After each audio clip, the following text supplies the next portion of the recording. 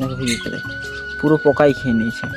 এই যে আবার দেখো এই যে কাঠ। নমস্কার বন্ধুরা, আজকে আমি দেখাবো বেগুন গাছে কি কি পোকা লাগে, কেন পোকা লাগে আর কিভাবে দমন করবে সেটা নিয়ে আজকের এই ভিডিওটি।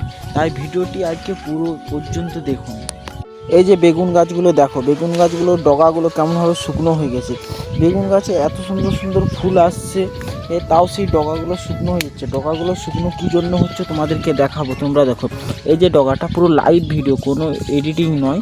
এই যে ডগাটা দেখো, ডগাটা আমরা ভাঙবো, ভেঙে দেওয়ার পরে দেখো এইখানে কি অবস্থাটা হয়ে আছে। ভিডিওর মধ্যে থাকো। এই যে ডগাটা ভাঙলাম, দেখো পুরো পোকাই খেয়ে নিয়েছে। দেখো ভিডিওতে দেখো, পুরো পোকাই খেয়ে নিয়েছে। এই যে আবার দেখো, এই যে কাটলাম ভাঙলাম, দেখো ক্যামেরাটা আমি কাছে করছি, কি দেখো বেগুন গাছের কীরকম পোকা, কী জন্য ডগাগুলো মারা যায়।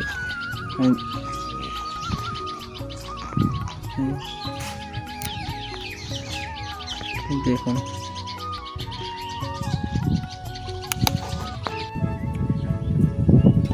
ছোট ছোট পোকা, যে যে ফলগুলো আছে সব ফলগুলোই পোকা লেগে গেছে। এই ছোট ফলগুলোও পোকা লেগে গেছে। পোকার উপদ্রবটা খুবই বেশি।